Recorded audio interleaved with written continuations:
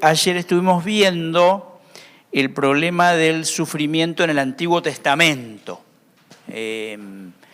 Cómo este problema teológico, este desafío teológico, espiritual, pastoral también, aparece reflejado en los textos del Antiguo Testamento, las primeras respuestas que el Antiguo Testamento está dando, y hoy vamos a tratar de mirar el mensaje del Nuevo Testamento. Y como decía, mañana vamos a tratar de hacer un acercamiento más pastoral y espiritual. No que hoy no lo sea, sino que, bueno, vamos a mirar los textos, hoy vamos a trabajar un poquito más en ese sentido. Ahí está mi técnico. Voy a pasar un video ahora para empezar. Lo interesante del Nuevo Testamento, realmente desafiante en cuanto al tema del sufrimiento, es que el Nuevo Testamento produce una revolución, ¿no es cierto? Una revolución teológica, conceptual, espiritual. Y ahora les voy a pasar un videito muy cortito. Si ustedes vieron la película, hoy vamos a mirar dos videos cortitos de película. Si ustedes vieron la película, recordarán esta escena. Para mí es la mejor escena de una película que no me gustó, pero sí me impactó. Y miramos la escena, que es cortita, y después les comento algo sobre la escena. La Pasión, la película ya viejita. Ahí Mel Gibson hace una trampita. ¿Se dieron cuenta cuál era la trampita? Esto es para conocedores de la Biblia. ¿Cuál es la trampita? Jesús no dijo esa frase en el camino del Gólgota, ¿cierto? Pero es una frase que está en la Biblia, en Apocalipsis, muy bien. Entonces acá Mel Gibson, con libertad poética, ¿cierto? Y creo que construyendo una gran escena cinematográfica, nos trae una frase del Apocalipsis y la pone en boca del Jesús que camina hacia el Gólgota, entonces le hace decir a Jesús esta frase tan importante, ¿no es cierto? ¿Ves? Yo hago nuevas todas las cosas. ¿Y por qué quería empezar con esta frase en la tarde de hoy? Porque me parece que eso justamente es lo que tenemos que empezar a pensar en cuanto al sufrimiento y el Nuevo Testamento. La cruz lo cambia todo. La cruz de Cristo lo cambia todo. Y es muy importante que entendamos lo que implica la cruz en la comprensión del sufrimiento humano y la respuesta que el Nuevo Testamento va a tener, o la serie de respuestas, porque no es una sola, la serie de respuestas que el Nuevo Testamento va a tener al sufrimiento humano. No es pensable el sufrimiento humano fuera de la cruz para la Biblia, ¿no es cierto? Acá voy a decir algo que es importante señalar. Los evangélicos hemos reflexionado mucho sobre la cruz, pero quizá no lo hemos hecho en todas las dimensiones que la cruz permite hacerlo y que la Biblia permite hacerlo, el Nuevo Testamento. Hemos reflexionado mucho sobre la cruz en cuanto a sus dones y capacidades salvíficas, es decir, que la cruz es ese lugar donde Cristo nos redime, donde Cristo paga por nuestras culpas y pecados, nos da la salvación, etcétera, etcétera, etcétera. Pero cuando miremos el Nuevo Testamento vamos a descubrir que el Nuevo Testamento tiene mucho más para decir y que eso mucho más para decir que tiene que ver justamente con el tema del sufrimiento humano, ¿no es cierto? Entonces vamos en esta tarde vamos a tratar de pensar en la perspectiva del Nuevo Testamento. Si pensamos en el Antiguo, ayer vimos dos cosas. Vimos que la primera respuesta del Antiguo Testamento es una respuesta sencilla, muy práctica y muy emparentada con el sentido común. Deberían sufrir los malvados, los perversos, y los buenos deberían recibir recompensa, bendición en esta vida. Y luego vemos que el mismo Antiguo Testamento, bajo la inspiración del Espíritu Santo, el mismo Antiguo Testamento hace una reflexión teológica y espiritual que lo obliga a ir más allá, y entonces vamos a tener toda una literatura en la profética, en los salmos, en la literatura de sabiduría, por ejemplo, sobre todo en Job y un poco en Eclesiastés, una reflexión que dice, no, pero no nos podemos quedar con esta respuesta porque necesitamos una respuesta más densa, más profunda, que responda a toda la realidad y que no nos dejen un esquemita binario. y entonces va a aparecer esa búsqueda de un Dios que es capaz, ¿no es cierto?, de tolerar el mal, de tolerar la injusticia, de tolerar el dolor, de no resolverlo, es capaz de estar impávido. Recuerden la oración del salmista y también un poco es la de Job. ¿Por qué? ¿Por qué te callas? ¿Por qué no respondes? ¿Por qué no haces nada? Que es también nuestra queja y es la queja sobre todo de nuestros contemporáneos, la famosa objeción. Si hay un Dios bueno, o si hay un Dios, porque los niños en el África se mueren de hambre. ¿Cuándo no nos pasó que evangelizando, compartiendo el Evangelio de Cristo, no nos saliera alguien con ese planteo, ¿no es cierto?, con ese contraataque? Vos me hablas de un Dios bueno, pero yo salgo a la calle y no necesito ir al África. Lo del África es un clásico, ¿no? Pero yo no necesito ir al África, sino que voy a la calle y veo a la gente sufriendo y digo, bueno, ¿de qué Dios de amor me hablas? Etcétera, etcétera, etcétera. Muy bien, vamos al nuevo, porque el nuevo nos habla desde la cruz. Ese que vemos ahí, bueno, ese es el actor, ¿no? Pero el ser que está representado en esa acción actoral y en los relatos, y está contado en los relatos bíblicos, es el Hijo de Dios, es Dios. Y entonces eso en principio lo tiene que cambiar todo, ¿no? En cuanto al sufrimiento. Porque este es un Dios que se entrega, un Dios que se sacrifica, un Dios que se da y un Dios que padece el dolor más extremo y el desprecio más extremo que un ser humano pudo haber sufrido en esta tierra. Y el Nuevo Testamento va a empezar de allí. Ahora, corrijamos antes de meternos al Nuevo Testamento dos énfasis equivocados en la espiritualidad evangélica clásica y actual, digamos, ¿no es cierto? Dos énfasis que nos hacen ruido para meternos en el tema del sufrimiento y la fe cristiana. El primer énfasis equivocado es toda una espiritualidad que construimos del sufrimiento como algo bueno en sí mismo, ¿cierto?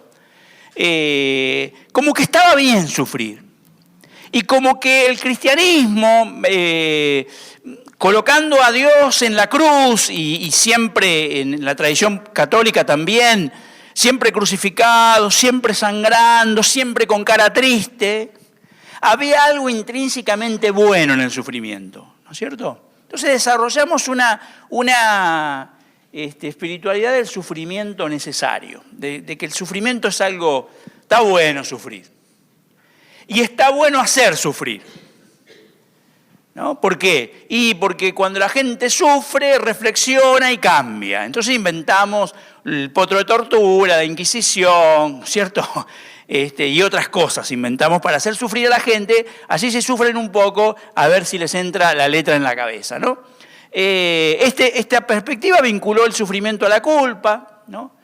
Remarcó lo que decíamos, el carácter retributivo del sufrimiento. Nos agarramos mucho de esa idea retribucionista, ¿no es cierto? Acá el que se porte mal la va a pagar, ¿no? Sobredimensionó el valor del sufrimiento como condición para la santidad y el encuentro con Dios. Para encontrarse con Dios hay que padecer, hay que estar mal, ¿no es cierto? Por eso nos cuesta mucho hablar de Dios a la gente que está bien, ¿no? Ya decía el teólogo Dietrich Bonhoeffer, yo no quiero a Dios en los márgenes de la vida, en la vida de los arruinados, de los estrellados, de los trágicos. Quiero traer a Dios al centro de la vida y poder hablar de Dios, ¿cierto?, en el centro de la vida, en la fiesta, en la felicidad, en cuando la gente está bien, también necesita a Dios. No es que necesitamos a Dios porque chocamos. Obviamente, cuando chocamos lo necesitamos más, ¿no? Pero necesitamos a Dios, básicamente, ¿no? Llevó a un desprecio del lado positivo de la vida o su disfrute, ¿no? Se culpabilizó a los que sufrían y también se culpabilizó a los que disfrutaban. Estaba mal disfrutar. Ser cristiano era estar triste. No. Hoy no estábamos ahí, estamos en el otro extremo. en la idea de que el cristianismo debería presentarse para eliminar el sufrimiento, ¿no? Hoy la mayoría de las personas lo que quieren es que los pastores, los líderes, los que manejan el mundo de lo sagrado, sean resolvedores de conflictos, ¿no es cierto? Y sanadores y proveedores, ¿no es cierto? Es decir, que sean ese contacto con el mundo de lo supremo, de lo sagrado, de lo mágico, y puedan, impartirnos la sanidad, ser vehículos, ¿no es cierto?, intermediarios de la sanidad, de la prosperidad, ¿no? Me parece una espiritualidad que dice, vamos a eliminar el sufrimiento. Vinimos para eso. Pare de sufrir. No sé qué hace usted sufriendo. No. Se puede parar de sufrir. Ese es el mensaje. Se puede parar de sufrir. Usted va a parar de sufrir. Quédese tranquilo. Venga con nosotros que los vamos a ayudar para que usted pare de sufrir. Hay un teólogo alemán, Moltmann, que me impactó a mí leyendo una obra de él que se llama Teología de la Esperanza, cuando él dice una cosa muy interesante. Esa mirada, la mirada de que yo puedo traer el reino de Dios para acá, porque aparte lo puedo traer porque yo puedo traerlo, y lo puedo traer acá, clausura la dimensión esperanza del mensaje cristiano. El mensaje cristiano tiene esta doble cara, esta idea de que el reino de Dios ya ha venido, ya está en medio nuestro. Ese es el anuncio de Jesús en Marcos 1:14. El reino de Dios se ha acercado, arrepiéntanse y crean en el Evangelio. Ese es el gran anuncio de Jesús. Pero el reino ya está, pero no está en plenitud. Después vamos a hablar un poquito más de esto, que es muy interesante esa perspectiva, que yo creo que si nos equivocamos ahí, ¿no es cierto? Si erramos ese penal, nos perdemos lo más importante que tiene el Nuevo Testamento para decirnos sobre el sufrimiento. Esta doble dimensión del reino. El reino ya está, pero no está en plenitud, ¿cierto? Dice Moltmann que todos los discursos religiosos que tienden a traer el reino acá en plenitud, Dios te sana, te provee, te resuelve, te da, te trae, terminan clausurando la dimensión esperanza. No hay nada que esperar. Si ya tenés el reino acá. Necesitas plata, Dios te la da. Necesitas salud, Dios te sana. Te falta trabajo, Dios te lo va a dar.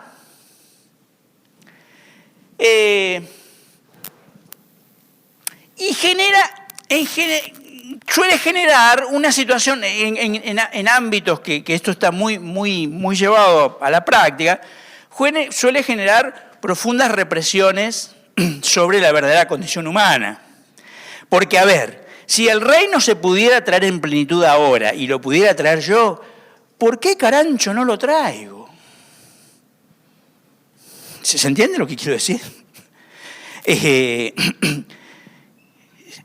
Y cuando uno lee el Nuevo Testamento, ¿qué es? Es Dios el que va a traer el reino, es Jesucristo el que va a volver. En algún momento el reino va a venir en plenitud, pero no ahora, y no está ahora en plenitud. Y entonces, como no está el reino en plenitud, seguimos viviendo la carencia humana, la enfermedad, el límite, la fragilidad, la crisis, la enfermedad, la muerte, siguen siendo realidades humanas.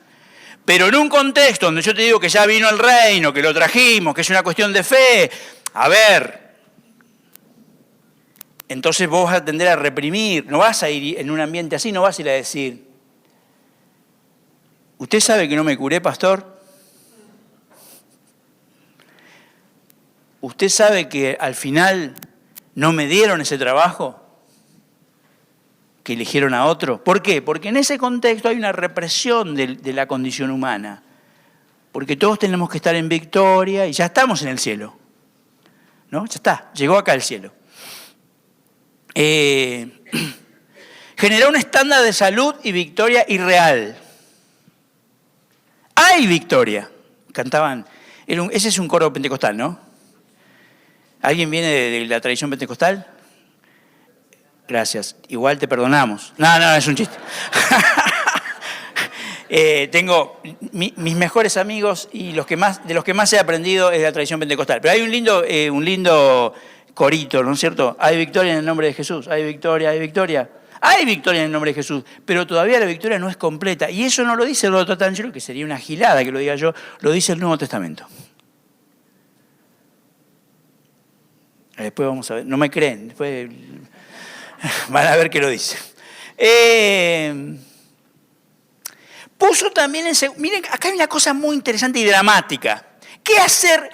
Hagamos una nota pastoral acá. ¿Qué hacer frente al dolor? ¿Qué nos queda frente al dolor? Ahora lo vamos a mirar. Nos queda el consuelo. Y el consuelo es algo muy importante en el Nuevo Testamento, como vamos a pasar a ver ahora. Pero si yo lo pongo todo en el plano de que Dios lo va a resolver todo, el consuelo es una gilada. ¿Por qué voy a consolar al enfermo si lo puedo sanar? ¿Me siguen a dónde voy? O sea, parece una cuestión de una pastoral media compleja, porque el que sufre no es aceptado como sufriente. Porque mi obligación es sacarlo de la condición de sufriente. Y la obligación de Dios también es sacarlo. Y no acompañarlo como sufriente, acompañarlo en su vía dolorosa. ¿No? Bueno, y se culpabilizó el sufrimiento. Estar enfermo es antiespiritual. En esta mirada. La estoy estigmatizando un poco para que quede claro, digamos, ¿no? Pero pasamos entonces de una mirada de qué bueno que está sufrir, qué copado, nos hace bien, arrodillate arriba de estos granitos de maíz, ¿no es cierto? Ustedes saben que hubo monjes lacerantes en la tradición del cristianismo, o sea, tipos que agarraban un látigo y se pegaban y decían, Señor, con esto me voy a acercar más a vos. Estaban chifles, ¿no? Pero digamos, también estamos chifle cuando decimos, acá tenemos la posta, ya llegó el reino, nosotros lo administramos, pasen por esta fila, usted tiene un problema, nosotros se lo vamos a solucionar, ¿no es cierto? Siempre hay algo que hacer, de distinto calibre, bueno, eso no nos vamos a meter ahí. Muy bien, pero sí me parece muy importante identificar esto, porque ahora sí podemos entrar al Nuevo Testamento y decir, a ver, ¿qué dice el Nuevo Testamento? Vamos a mirar juntos qué dice el Nuevo Testamento. Lo primero que dice es que evidentemente el sufrimiento es una oportunidad de Dios. El sufrimiento, una vez que se hace presente, es espacio de lo sagrado. Una vez que se hace presente, no lo busco, no lo deseo. Qué linda esa frase que dice Jesús en el Getsemaní. Qué frase conmovedora, impresionante. Cuando Él está orando y le dice a los discípulos, estoy angustiado hasta la muerte. Y ora en el Getsemaní 3 veces. Y 3 veces, ¿qué pide? Señor, si es posible, pasa de mí esta copa. Jesús no quiere ir a la cruz, lo que nos da una gran paz. No está loco. No es masoquista. Es un hombre de 30 y pico de años que ama la vida y que quiere vivir. No quiere ir a la cruz. Pero sabe que la cruz se le impone como voluntad del Padre y necesidad salvífica y cósmica de Dios y del universo. Y entonces, como es obediente, y va a decir Hebreos una cosa conmovedora, en cuanto padeció, aprendió la obediencia. Y ahí en el Getsemaní va a decir, Señor, pasa de mí esta copa. ¿Cuál es la respuesta de Dios? 3 veces lo dice. No se haga mi voluntad, sino la tuya. 3 veces lo va a decir. ¿Cuál es la respuesta del Padre? No se puede. Sería para 3 charlas como esta discutir cómo dice Jesús esto, pero me voy a detener un segundo porque es muy interesante. Porque Jesús no ora como oramos nosotros. Nosotros oramos por el querer de Dios. Lo cual habla de nuestra desconfianza sobre el amor que Él nos tiene. Oh Señor, si quieres, haz esto por nosotros, haz esto por mí. Jesús no ora así. Jesús está seguro del amor del Padre. No tiene la menor duda de que el Padre lo ama entrañable, intensa e infinitamente. Entonces la pregunta de Jesús es una pregunta más atinada. Si es posible, dentro de tu plan cósmico y salvífico, dentro de tu sabia voluntad, dentro de que tú, Señor, lo sabes todo, ¿es posible eludir la cruz? No. Tremendo. No es si el Padre quiere que vaya a la cruz o no quiere. La cruz es necesaria. Y entonces, de eso también emana esta declaración de Santiago. Tened por sumo gozo cuando os halléis en diversas pruebas. El lugar de sufrimiento, y sobre todo después de que Cristo ha estado en la cruz, es un lugar sagrado.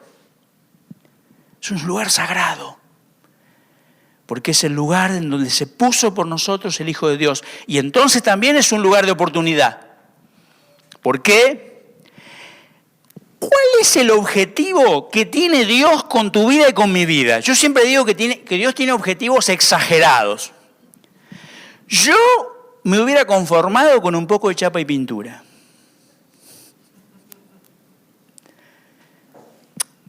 Tiendo a tener mal carácter, bueno, cambiar un poquito el mal carácter. ¿Viste cuando vamos a vender un auto usado? ¿Lo llevamos al chapista o al mecánico? No nos queremos gastar 50 lucas. Entonces, ¿qué le decimos? Bueno, 50 capaz que no alcanzan ni para disfrazarlo, ¿no? Pero entonces, hoy en día, pero entonces, ¿qué le decimos al chapista? Mirá, tiene un toquecito ahí, no pintes todo el flanco, tapáselo, ¿no es cierto? Yo me hubiera conformado con eso con Dios, un poco, con algunos cambios menores. ¿Sabe lo que se propone Dios? ¿Qué dice el Nuevo Testamento? Que lleguemos a ser a la imagen de su Hijo Jesucristo. Que lleguemos a ser como Él es. Esa es la meta de Dios. Vos, con tu carácter, con tu temperamento, con tu forma de ser, con tu trayectoria, con tu identidad, pero igual a Cristo. Y ayer decíamos que el que ama no le da lo mismo lo que le pasa a la gente. El que ama a alguien quiere para esa persona lo sumo, lo mejor. Yo amo a mis hijos y quiero para ellos lo mejor de lo mejor que yo pueda dar. Y si tengo que dar mi vida para que ellos tengan lo mejor, la voy a dar. Eso es amar. Dios se ha propuesto hacerte como Jesucristo. No va a ahorrar esfuerzo. No va a ahorrar en gastos. No va a ahorrar en oportunidades, no va a ahorrar en experiencias, no va a ahorrar en nada porque Él te quiere hacer como su Hijo es. Pero procuren que esa fortaleza lo lleve a la perfección, a la madurez plena, sin que le falte nada. Entonces ahí tenemos un paradigma del Nuevo Testamento. El sufrimiento convertido, tomado por Dios y convertido en el taller del Padre, en el taller del Señor, para convertirte en aquello que debemos llegar a ser. No solo vos, sino toda la iglesia de Cristo y aún, como vamos a ver, el cosmos. Mirá lo que dice 1 Pedro 4, 12 al 16. De paso se lo escribe a una iglesia que estaba sufriendo mucho, persecución, estaba sufriendo agresión de la sociedad en la que esa iglesia estaba, etcétera, etcétera. Dice, queridos hermanos, no se extrañen de verse sometidos al fuego de la prueba, como si fuera algo extraordinario. Al contrario, otra vez aparece la nota del gozo, alégrense.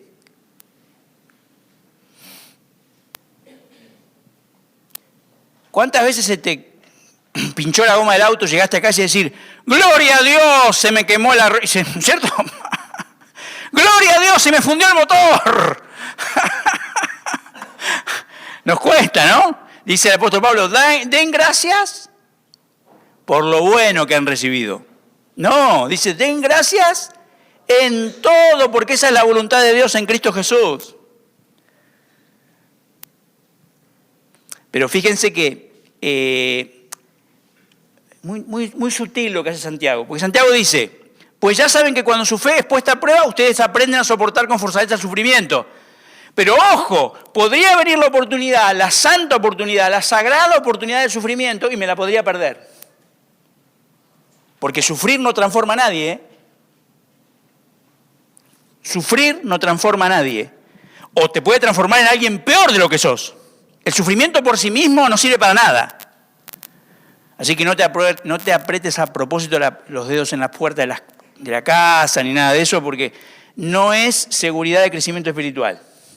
O andar descalzo por la casa para pegarse con el dedo chiquitito contra las patas de las mesas, tampoco sirve. No, el sufrimiento por sí mismo no tiene ningún valor. Ahora, por eso dice Santiago, si yo agarro esa oportunidad y le digo, Señor, voy a tratar de procuren que se convierta en una oportunidad para el Padre. Procuren que se convierta en algo que realmente los transforme en aquello que Dios está pensando para ustedes. Queridos hermanos, no se extrañen de verse sometidos al fuego de la prueba como si fuera algo extraordinario. Al contrario, alégrense de tener parte en los sufrimientos de Cristo. Y acá apareció algo, ¡pum! Esta idea va a aparecer muchas veces en el Nuevo Testamento.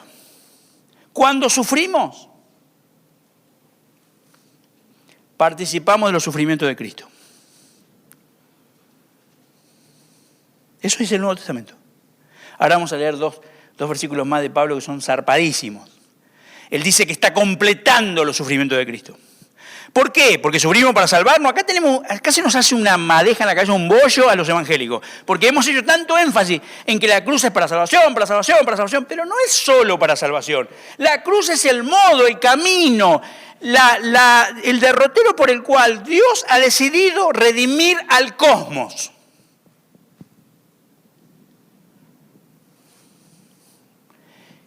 Ahora vamos a ver, ¿qué trajeron este tipo? Está diciendo cualquier cosa. Ahora vamos a ver un par de versículos que dicen esto. Es decir que cuando yo me adhiero al crucificado, cuando yo me uno al crucificado, a ese que fue a la cruz, a ese que la cargó y que dijo yo voy porque yo voy a dar mi vida. Cuando yo tomo mi sufrimiento y lo uno al sufrimiento del crucificado, mi sufrimiento pasa a ser parte del esfuerzo transformador de Dios en este cosmos, en este mundo. Si yo tomo ese mismo sufrimiento y me resiento, me enojo, pateo todo, tiro todo, me enojo con Dios, me enojo con el mundo, ese dolor va a quedar ineficaz, va a quedar inservible para Dios y para mi propia vida. Entonces el Nuevo Testamento me plantea algo realmente, por eso yo decía, la cruz lo cambia todo.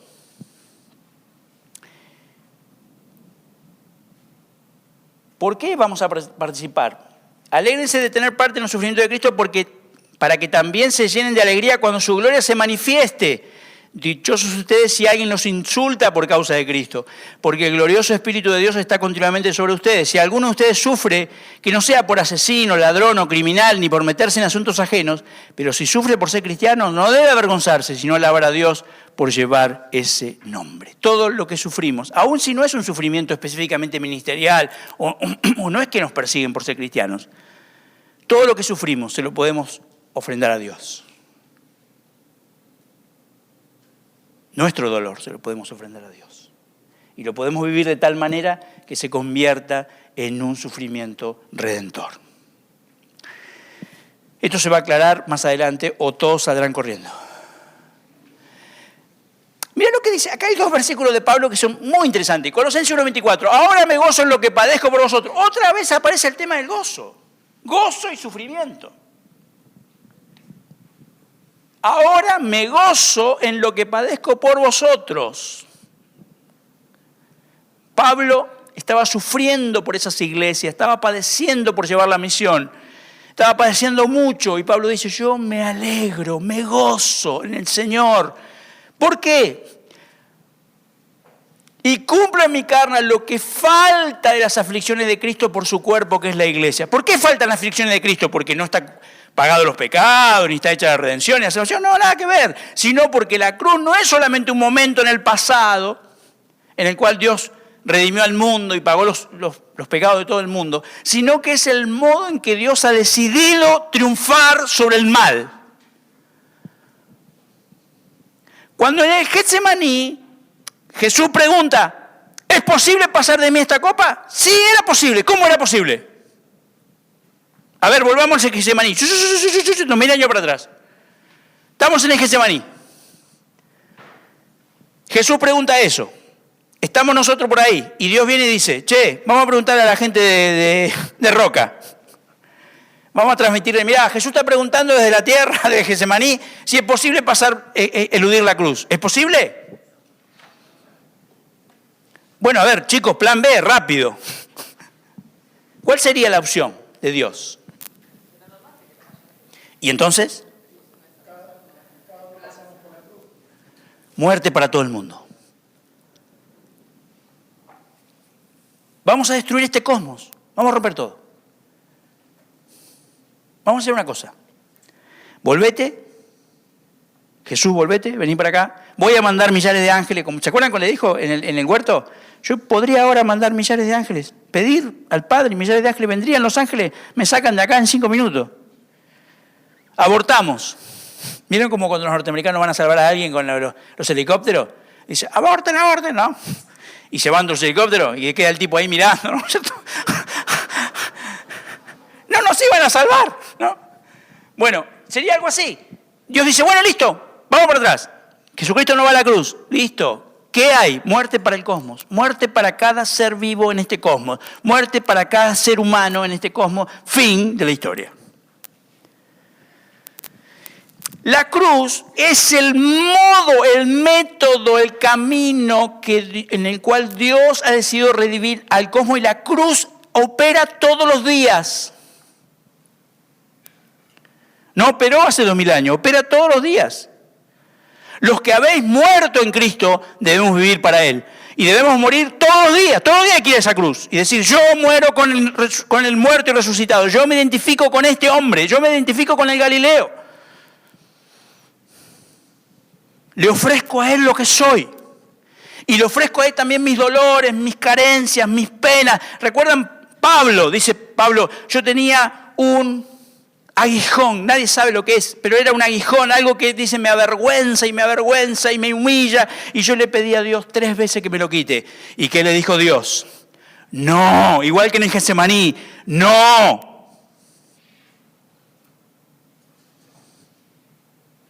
¿Por qué? Porque mi poder se perfecciona en la debilidad. Bástate mi gracia. La cruz no es simplemente algo que pasó hace 2000 años y se aplicó a nosotros alguna vez en algún juzgado lejano en el cielo, sino que la cruz es el modo en que debemos vivir la vida cristiana. La cruz es la vida cristiana. Todo el que quiera venir en pos de mí, tome su reposera, su equipo de mate, si le gustan las galletitas saladas, traiga saladas, y sígame. Eso dirá el nuevo Evangelio de la Prosperidad. El nuevo Evangelio de la Prosperidad dirá, todo el que quiera venir en pos de mí, tome su auto importado y sígame, ¿no? Pero lo que dice la Biblia, el Evangelio, y lo sigue diciendo, es, todo el que quiera venir en pos de mí, tome su cruz. Tu cruz, no la de Jesús la llevó Él, la tuya. Tu cruz. Y sígame. Hay que tener el coraje de identificarse con el crucificado, con nuestro propio dolor, con nuestro propio sufrimiento, y seguir al crucificado. Ahora me gozo en lo que padezco por vosotros y cumplo en mi carne lo que falta a las aflicciones de Cristo por su cuerpo, que es la iglesia. Pablo cuando sufría decía, qué bueno estoy participando, Dios me dio el privilegio de que participe en este plan salvífico redentor. Extraordinario. Llevando siempre en el cuerpo, mire lo que decía después Pablo, hablando de cómo hacía la misión él, llevando siempre en el cuerpo por todas partes la muerte de Jesús para que también la vida de Jesús se manifieste en nuestro cuerpo. ¿Sabe de dónde sale la bendición que le podemos dar a la gente? De nuestras heridas.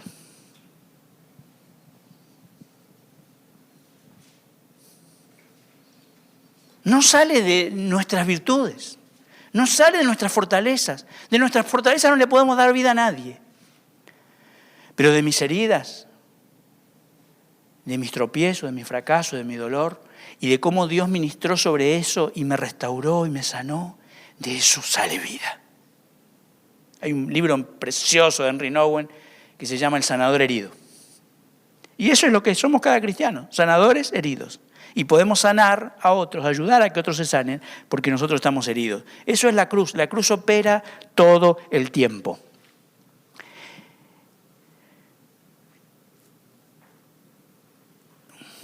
Y ahora me quiero detener en este pasaje. ¿A qué hora tendríamos que parar? Y media, listo. Entonces vamos a trabajar este pasaje y después paramos. Que hay que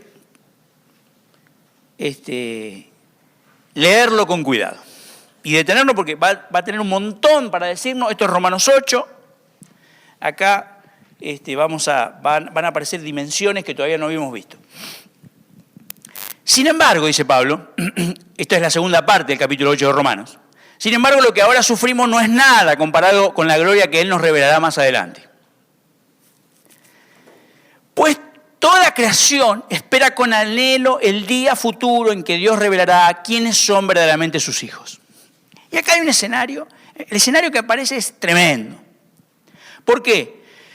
Porque en general nosotros pensamos en nuestro sufrimiento, en nuestro dolor. Y es obvio, porque lo que nos duele es eso. Nos duele lo que perdimos, nos duele lo que no tenemos, nos duele lo que no alcanzamos, nos duele lo que no se resuelve en nosotros, etcétera, etcétera, etcétera. Pero acá Pablo dice que el dolor es algo cósmico. El dolor es algo que cubre todo lo existente. La creación. La Biblia a eso le llama la creación. La creación no habla muy poco de cosmos o de naturaleza, habla de creación, porque todo salió de la mano de Dios. Esa creación, todo lo creado, ahora está gimiendo, está clamando. Y Pablo llega a decir que está gimiendo porque está clamando por algo que es la redención completa de los hijos de Dios. Es como que la creación supiera que cuando los hijos de Dios seamos redimidos por completo y realmente venga el reino de Dios, venga en plenitud el reino de Dios, no solo nosotros disfrutaremos la salvación, sino que la creación va a ser restaurada y sanada de todo lo que la ha dañado. La cruz es un proyecto cósmico de Dios, no solo personalista, humano, individualista. Dios está redimiendo todas las cosas. Volvemos al videíto del principio. ¿Qué dice Jesús? En realidad, ¿qué dice en Apocalipsis? Vía Mel Gibson. Lo tenemos en el Vía Crucis. Pero ¿qué dice allí Jesús? ¿Yo hago nuevas? No dice yo hago nuevos a los evangélicos. Yo hago nuevo todas las cosas. Y acá aparece esa idea. Versículo 20. Contra su propia voluntad, toda la creación quedó sujeta a la maldición de Dios. Sin embargo, con gran esperanza. La muerte, el dolor, la tragedia, la injusticia, están grabadas en esta creación sometida a frustración, dice Reina Valera. La creación fue sometida a frustración contra su voluntad. La muerte está allí. Yo no entiendo por qué los cristianos, ignorando el mensaje del Nuevo Testamento, cuando nos pasa algo malo, ¿a quién le echamos la culpa primero? A Dios. Señor, ¿por qué me pasa esto? Señor, ¿por qué a mí? Ahora, si leemos con profundidad estos pasajes, ¿de dónde viene esa muerte? ¿Viene de Dios? Y nos hemos metido en un lío. Porque empezamos a discutir, no, la voluntad permisiva de Dios, no, la voluntad activa de Dios. Dios lo permitió, no, Dios lo provocó, no, Dios lo hizo. Y terminamos teniendo un Dios cruel. Me agarra cáncer y le echo la culpa a Dios. ¿De dónde viene el cáncer? ¿De Dios? ¿O del pecado que ha atravesado a toda la realidad y la ha convertido en una realidad de muerte mezclada con vida, cuando debía ser una realidad de vida?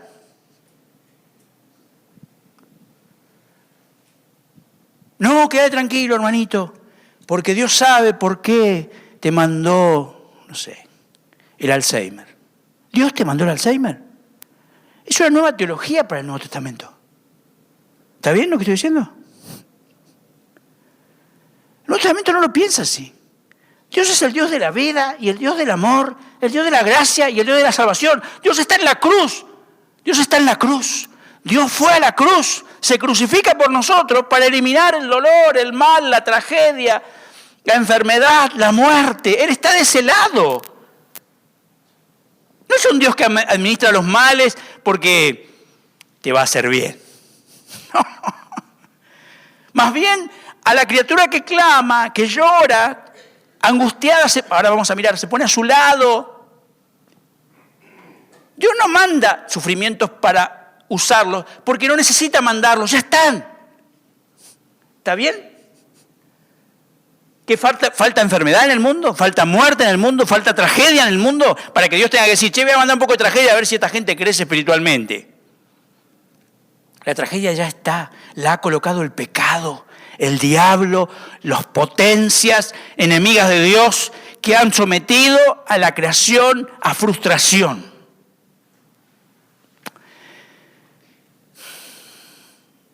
Pues sabemos, bueno, fíjate lo que dice, la creación espera el día en que será liberada de la muerte y la descomposición y se unirá a la gloria de los hijos de Dios.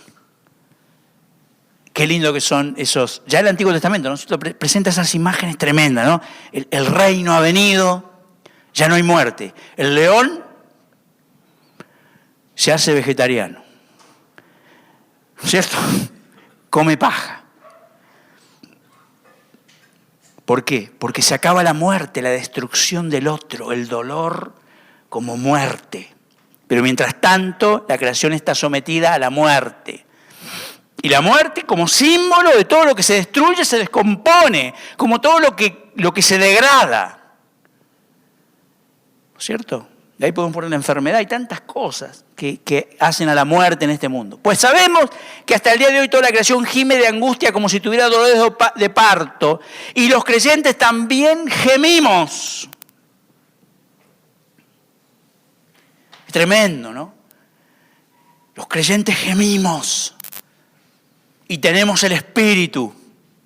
Aunque tenemos el Espíritu Santo nosotros como una muestra anticipada de la gloria futura. Mirá qué cosa tremenda. Nos podemos quedar todo el día en estos versículos. ¿Por qué? Porque viene el Espíritu. No viene para hacer milagros portentosos, aunque Dios hace milagros portentosos. Yo he visto milagros de sanidad en nuestra iglesia que son increíbles, pero son la excepción. Que recuerda que Dios está presente y que hace maravillas.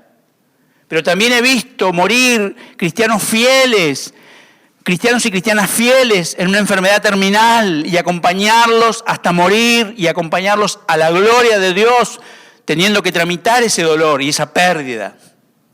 Pero acá lo que dice Pablo es que el Espíritu viene y esa presencia del Espíritu sobre nuestras vidas, aun cuando clamamos, cuando gemimos, cuando padecemos, es la misma presencia del reino de Dios en nuestros corazones.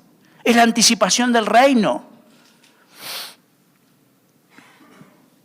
Porque anhelamos que nuestro cuerpo sea liberado del pecado y el sufrimiento. Lógico que lo anhelamos. Salvo que estemos locos. Ustedes no parecen estarlo.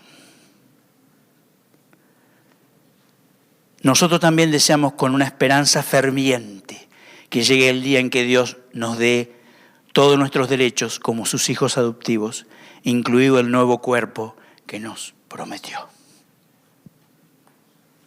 Tremendo, tremendo. Eso somos en Cristo Jesús. Pero no podemos anular la dimensión esperanza. Y la dimensión esperanza incluye la aceptación de la dimensión sufrimiento. Y esa dimensión sufrimiento está en el mundo. Yo tengo un amigo muy querido que tiene fibromialgia.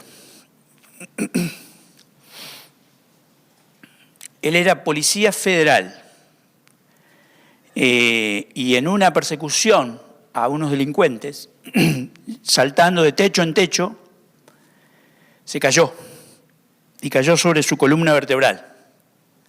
Tiene el 90% de su médula espinal comprimida.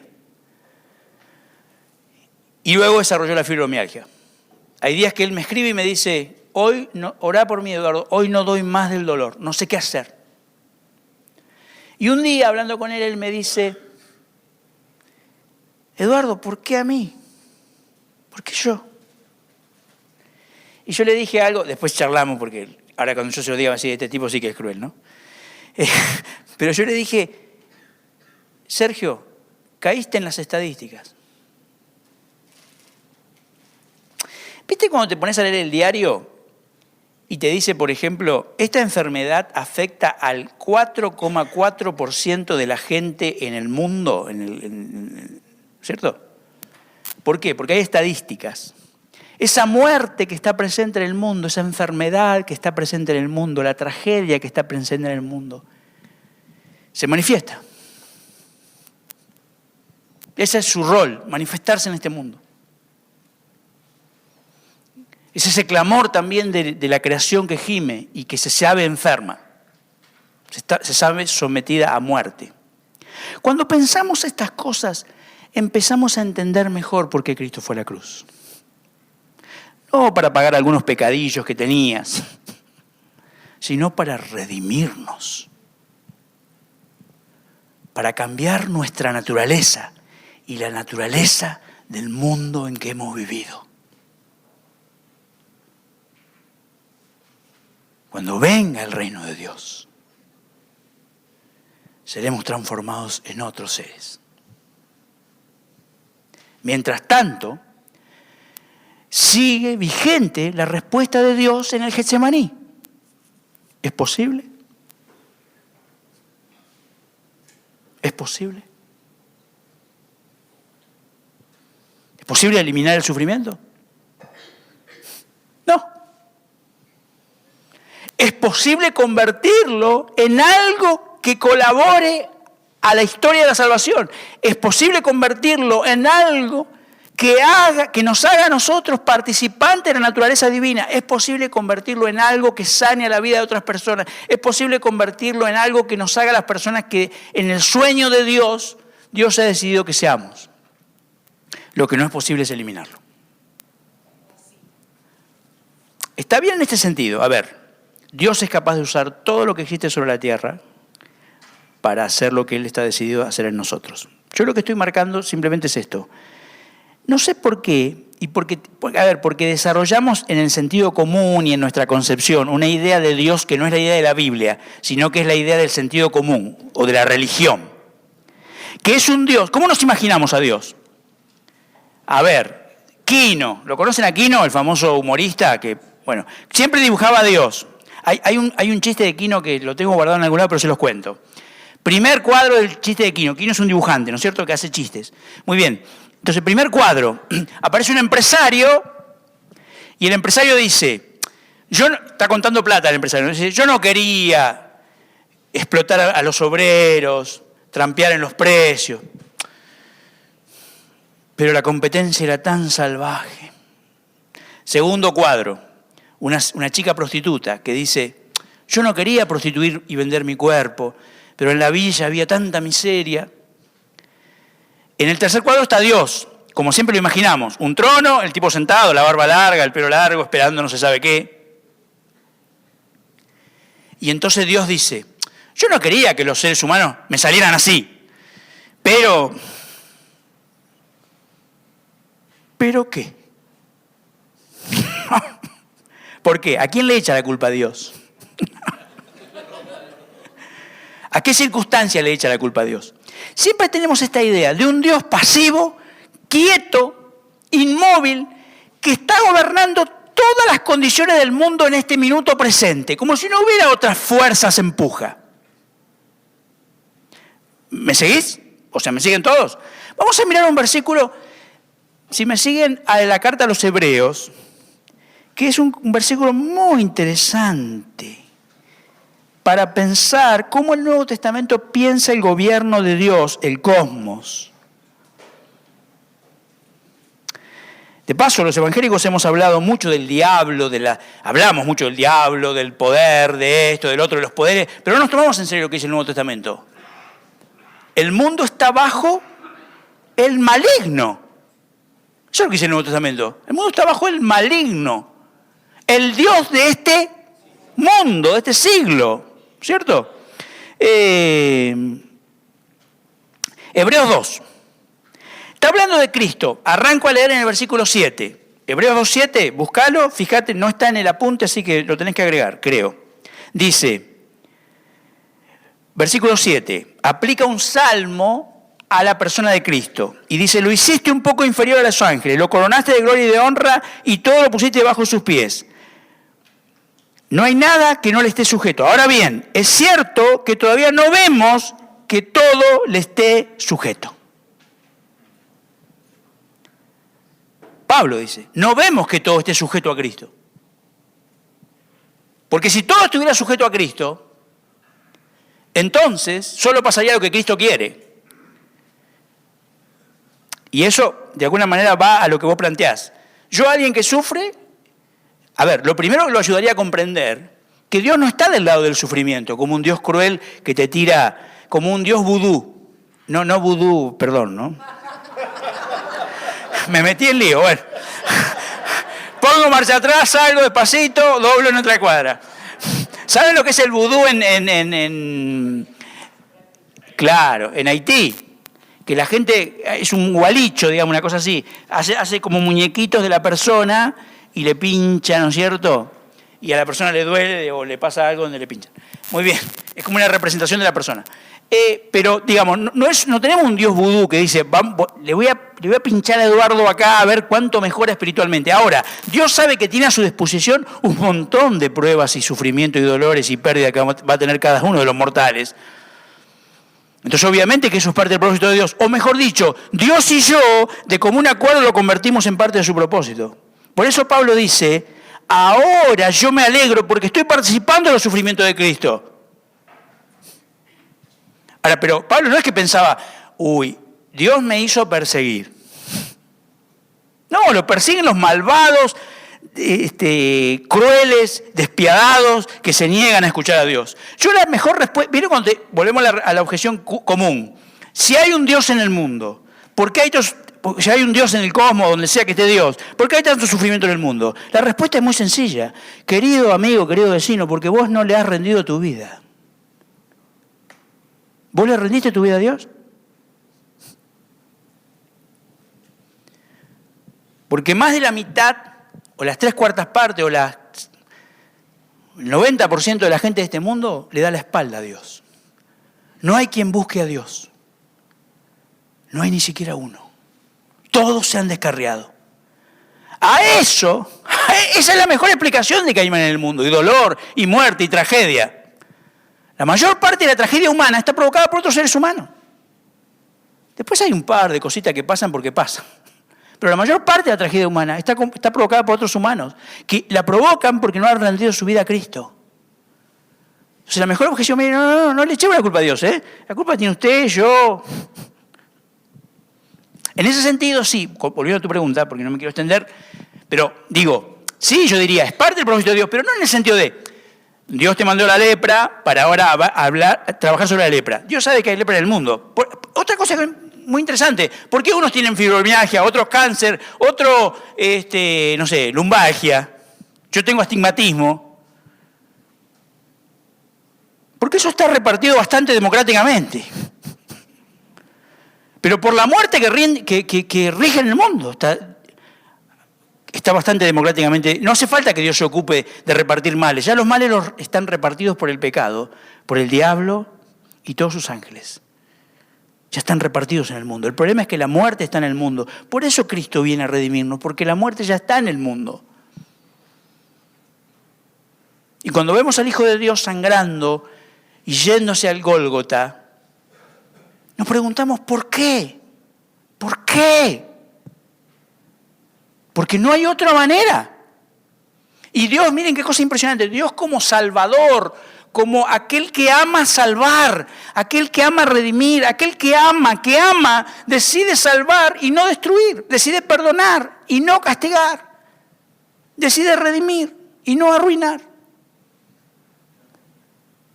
Y entonces va a la cruz. Así de fuertes. Y después o nos sumamos al proyecto de Dios, que es vía cruz, o hacemos la nuestra. La podemos hacer como queremos, filosofía, religión, ritos, circo, podemos hacer lo que queremos. o elegimos el camino de Dios. El camino de Dios, aquel que quiera venir en pos de mí, niéguese a sí mismo, tome su cruz y sígame. Así que yo diría eso. Sí, todo puede ser parte del propósito de Dios, pero somos dos los que tenemos que jugar, ¿eh? Dios y yo. Si yo no lo quiero hacer parte, yo conozco gente que ha tenido tragedias, dolores, todos hemos tenido de esas, nos quedamos acá hasta las 6 de la mañana del 18 de marzo del año que viene, contando todas las cosas que nos han pasado a nosotros. Los que estamos acá nomás en este pequeño muestreo. Pero yo conozco gente que ha sufrido y ha dicho, Dios, con vos no quiero saber más nada. Por favor, porque lo hace responsable directo a Dios, como un Dios cruel, malvado, como si Dios estuviera justamente en ese tronito blanco repartiendo desgracias para ver cómo reaccionan sus criaturas, como una especie de conejillos de India. Pero no es esa la idea. El Dios que está, miren, otro versículo podemos leer rápidamente, así damos lugar a otras preguntas. Mateo, me gusta esto cómo lo traduce NBI. Me encanta cómo lo traduce NBI. Vamos a buscar Mateo.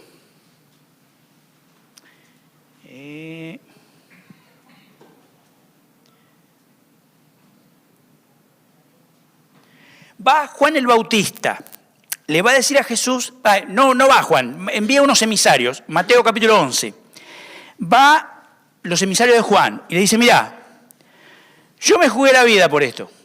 Lo voy a decir en criollo, no en NBI. Yo me jugué la vida por esto y me jugué la vida por vos. ¿Vos sos el que había de venir o tenemos que esperar a otro? O sea, vamos a la posta. ¿Vos sos el Mesías o no sos?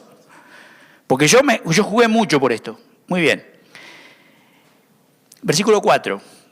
Le respondió Jesús, vayan y cuéntenle a Juan lo que están viendo y oyendo. Los ciegos ven, los cojos andan, los que tienen lepra son sanados, los sordos oyen, los muertos resucitan y a los pobres se les anuncia las buenas nuevas. Dichoso el que no tropieza por causa mía. El reino se hizo presente, está ahí. Yo no lo puedo explicar porque no soy Dios, ni el secretario privado de Dios, ni nadie demasiado lúcido. No sé por qué Dios, de una manera misteriosa y incomprensible y solo reservada al secretísimo de su conocimiento y de su sapiencia y de su amor, a veces interviene y sana. Y por qué muchas veces no lo hace. No sé explicarlo. No sé por qué cuando Jesús fue al estanque de Betesda, solo salvó a uno.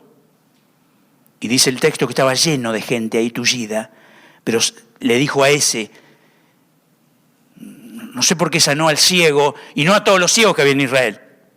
No lo sé, y eso es el misterio, y Dios es misterio, y dejémoslo en misterio porque qué bueno es saber que Dios es misterio y que Él es muy superior a nosotros. Pero acá, justamente, cuando Dios sana, o cuando Dios transforma una vida, o cuando Dios transforma al endemoniado gadareno, es que el reino se hizo presente. Es señal del reino. Es muy interesante que Juan no los llama milagros a los milagros, los llama señales, semeion, que quiere decir, son señales de que el reino ya vino. Que ustedes estén acá es señal de que el reino ya vino.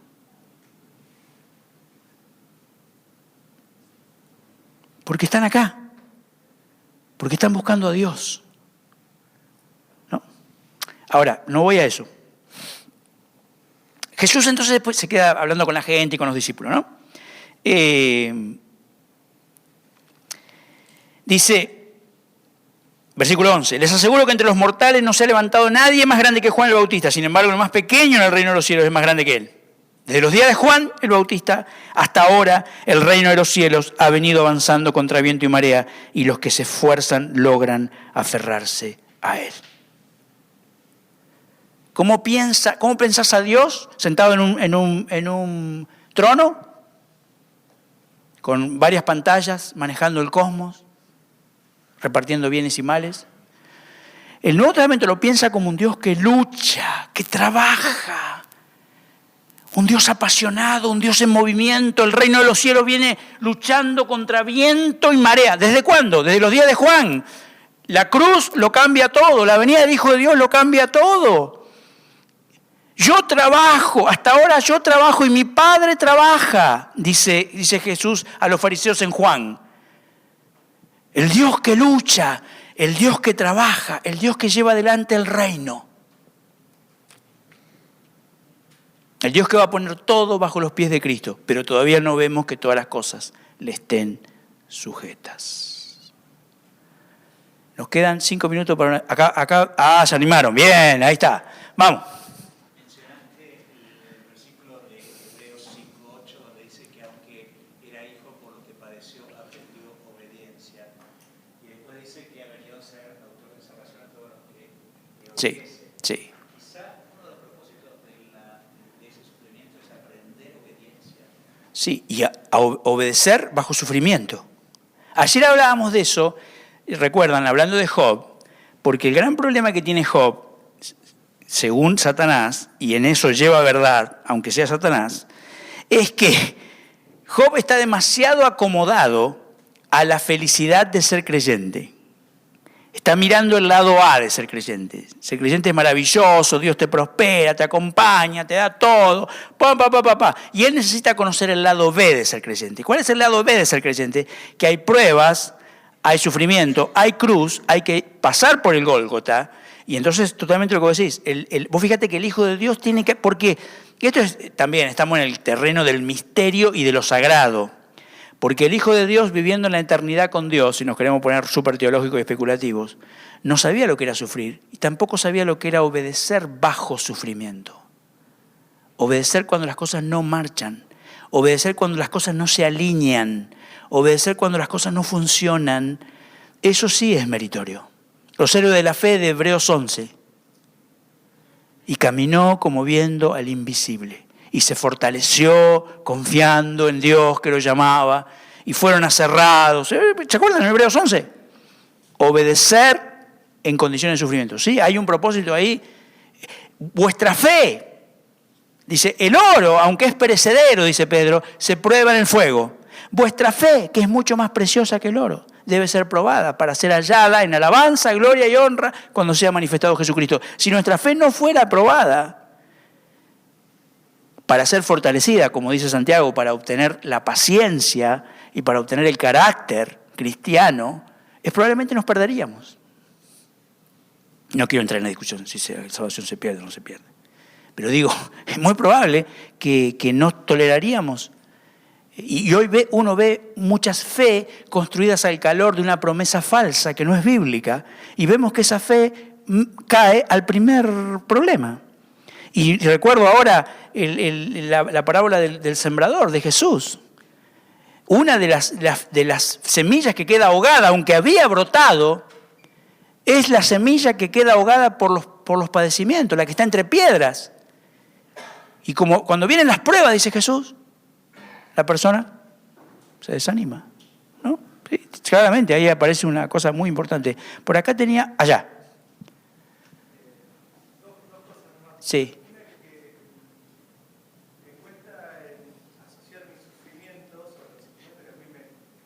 Sí.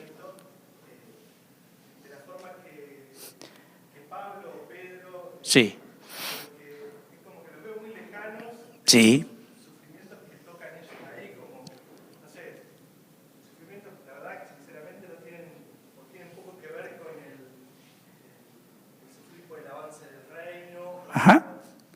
Entonces, lo veo lejano a esos textos para aplicarlos hacia mí, me parece Sí. como, no sé, un poco apropiado, no sé, no lo siento como Sí, sí. cercano.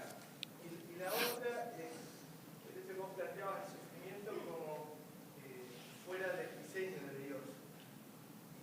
Y es algo que también me cuesta por el hecho de verlo en lo creado. Sí. El diseño de la creación, la muerte, tú decías el león vegetariano, ¿no? Sí. Pero es como que está ahí. Sí, sí. Estuvo en el pensamiento de Dios desde antes. Entonces es como que me cuesta meter a todos esos sufrimientos, a todo ese dolor en la bolsa ajeno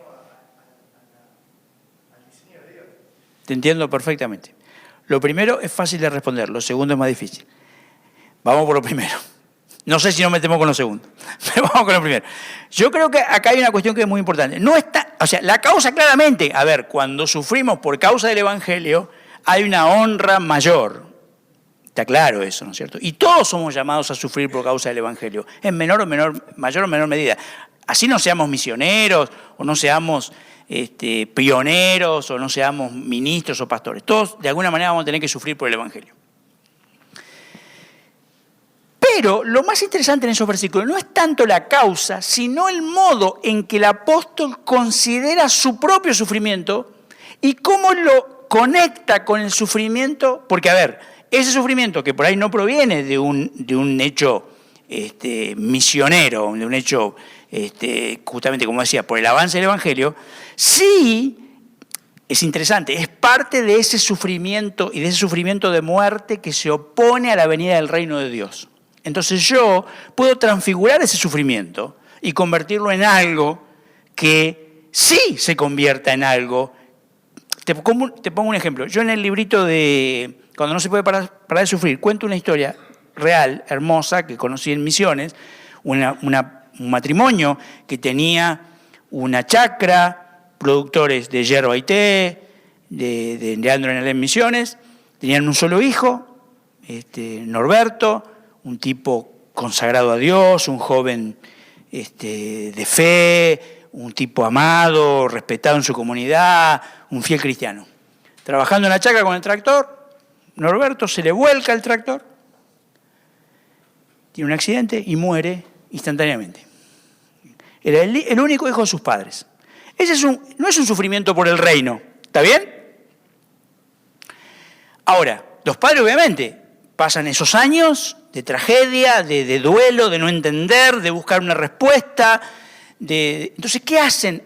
Después que pasa la primera parte del duelo, era su único hijo, adoptan una niña huérfana. Adoptan una niña huérfana para volcar ese amor que tenían por Norberto, por esa niña. Y al hacerlo, descubren algo. Descubren que pueden dar amor a otros chicos. Entonces adoptan a otro chico. Después se dan cuenta que pueden dar más amor y que tienen recursos y cosas. ¿Viste? Como que se te va abriendo la cabeza y el corazón también, digamos, ¿no? Entonces, si ahora vas a Leandro en Alem, si van, no se lo pierdan, podés ir al hogar del niño Norberto Hasse. Lleva el nombre de este muchacho que murió en un tractor. Una muerte absurda. Hay algo de Dios, del Dios de la Biblia, que es algo tremendo. Dios puede transformar el mal en bien. Yo no puedo. Yo no puedo transformar el mal en bien. Y vos no podés transformar el mal con tus fuerzas. Pero el Dios de la Biblia sí puede transformar el mal en bien. Entonces, ¿qué hago yo con ese sufrimiento? Que en principio parecería, como vos muy bien lo describís, muy alejado del reino, muy alejado del propósito de Dios. Pero va a ser muy importante qué vas a hacer con eso. Lo puedes vivir como, sufrimiento, fatalidad. O puedes decir, Señor, voy a orar sobre este dolor, voy a orar sobre este sufrimiento. Mostrame en qué podés convertir vos este dolor. Tremendo. Ellos donaron tierras, pusieron plata. Después, obviamente, ¿qué pasa cuando alguien empieza algo? Otros se suman. ¿No es cierto? Y por ese hogar de niños han pasado 500, 600 chicos. Ahora mismo debe haber 70 chicos alojados ahí, que es más o menos la cantidad de chicos que se alojan en el Norberto Hasse. Entonces digo, no es que esté alejado, es qué hago yo. ¿Está bien? O sea, ¿cómo lo vivo? Es como todo en la vida. ¿Cómo lo vivo? ¿Qué hago con lo que tengo? ¿No? Dijo Víctor Frank, cuando no puedo cambiar algo, cuando no puedo cambiar la realidad, entonces el que tiene que cambiar soy yo. Es un lindo principio. Cuando no puedo cambiar la realidad, el que tiene que cambiar soy yo. Sobre lo segundo, solamente decir 2 minutos o una cosa, y después por ahí lo charlamos más. A ver, lo que yo estoy tirando acá son bombas de profundidad. Yo traje unas bombas, las guardé ahí, dije, yo les voy a tirar bombas, boom, boom, boom. O sea, la cabeza te puede quedar estallada, y ¿qué hay que hacer? Ir a la Biblia. No, ¿está bien? O sea, queda tarea para el hogar. ¿Viste cómo decía la maestra? Tarea para el hogar. Yo acá no vengo a dar respuestas cerradas, ni yo lo tengo todo cerrado, busco. Entonces, esto es bomba de profundidad. Yo diría esto, una cosa interesante. Has dicho algo que me asombra, porque la mayoría de los cristianos no piensan como vos, y están equivocados. ¿Está bien? ¿Por qué? ¿Por qué? Porque casi siempre solo relacionamos el pecado, el mal, la muerte en el mundo con el pecado original. Y en realidad hay ya un mal inevitable en crear. ¿Por qué? Eso lo sabe cualquiera que ha creado algo y cualquiera que ha tenido un hijo. Se ríen, pero es cierto. ¿Cuál es la tragedia más grande que tenemos los padres con los hijos, cuando los hijos crecen? Los hijos también se ríen. ¿Qué quisieras? A ver, padres acá, confiésense delante mío. ¿Qué quieren ustedes de sus hijos? ¿Qué siempre han querido sus hijos? No me digan que sean felices, no me digan esa gilada, no. Nosotros como padres queremos que los hijos hagan lo que nosotros queremos. Nosotros tenemos sueños para nuestros hijos. Yo tuve que aprenderlo con lágrimas. ¿Está bien? ¿Por qué? Porque los hijos son otras personas. Nosotros proyectamos a nuestros hijos, ay, va a ser esto, va a ser yo. No. Después ellos eligen otra cosa. Porque son otras personas y son hijos de Dios y hijos de la vida. Muy bien. Eso es lo que le pasa a Dios cuando crea. Cuando Dios crea, dice, yo voy a crear, qué maravilla, crear cosas, crear seres. ¿Y qué hacen los seres que ha creado? Hacen la de ellos. ¿No es cierto? Como buenos hijos. Entonces, hay en la creación también esa fuerza, diría acá, yo sé que acá hay gente muy formada, pero diríamos, esa fuerza de dispersión. La segunda ley de la termodinámica. Acá tenemos, hoy estuve almorzando con el profe. Profe, ¿estoy bien? La segunda ley de la termodinámica. ¿Qué dice? Vos no tengas miedo de hacerme pasar vergüenza. Yo la voy a decir como yo la entiendo. La segunda ley de la termodinámica, que es una ley de la física, dice que todo sistema al que no le agregamos energía se degrada. Mi auto lo sabe. Se aprendió, la única ley que se sabe de la física es la segunda de la termodinámica, ¿no? Eso es parte del cosmos como ha sido creado y parece que sí. ¿Por qué? Porque si Dios tenía que crear algo perfecto, tenía que hacer otro Dios. Creó algo buenísimo, pero en el que también, ahora, al parecer, y digo esto y nos vamos al recreo, porque si no vamos a tener todo muerto acá, pero digo, me parece que lo que la Biblia dice es que la redención, por eso es una cosa tan compleja y tan rica, alcanza también a la reunión de todas las cosas en Cristo. Voy a leer un pasaje, Colosenses. Listo, vamos a Colosenses. Y con esto cerramos. Sí, tenemos que cerrar y bueno. Usted tenga paciencia. Es de Buenos Aires. No, usted no.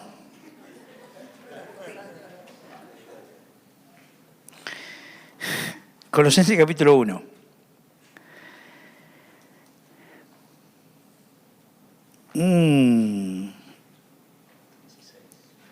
Claro, arrancamos del 15. Dice, Él es la imagen del Dios invisible, el primogénito de toda creación, porque por medio de Él fueron creadas todas las cosas en el cielo y en la tierra, visibles e invisibles, sean tronos, poderes, principados, autoridades, todo ha sido creado por medio de Él y para Él. Él es anterior a todas las cosas, Jesucristo, ¿no? Que por medio de Él forman un todo coherente. Él es la cabeza del cuerpo, que es la iglesia, Él es el principio, el primogénito de la resurrección, para ser en todo el primero. Yo creo que la Biblia, pero está envuelto en misterio, nos habla de que la redención incluye redimir aquello que no ha sido provocado por el pecado, sino por la misma condición creacional. Pero al final, Dios va a reunir todo en Cristo y todo en Cristo va a ser coherente. También eso, me parece. También va a dejar de regir la ley de la termodinámica. No sé cómo va a ser Dios para cambiar esas reglas. Pero estuve bien con la ley de la termodinámica, me pone un 7 por lo menos. Gracias. Vamos al break.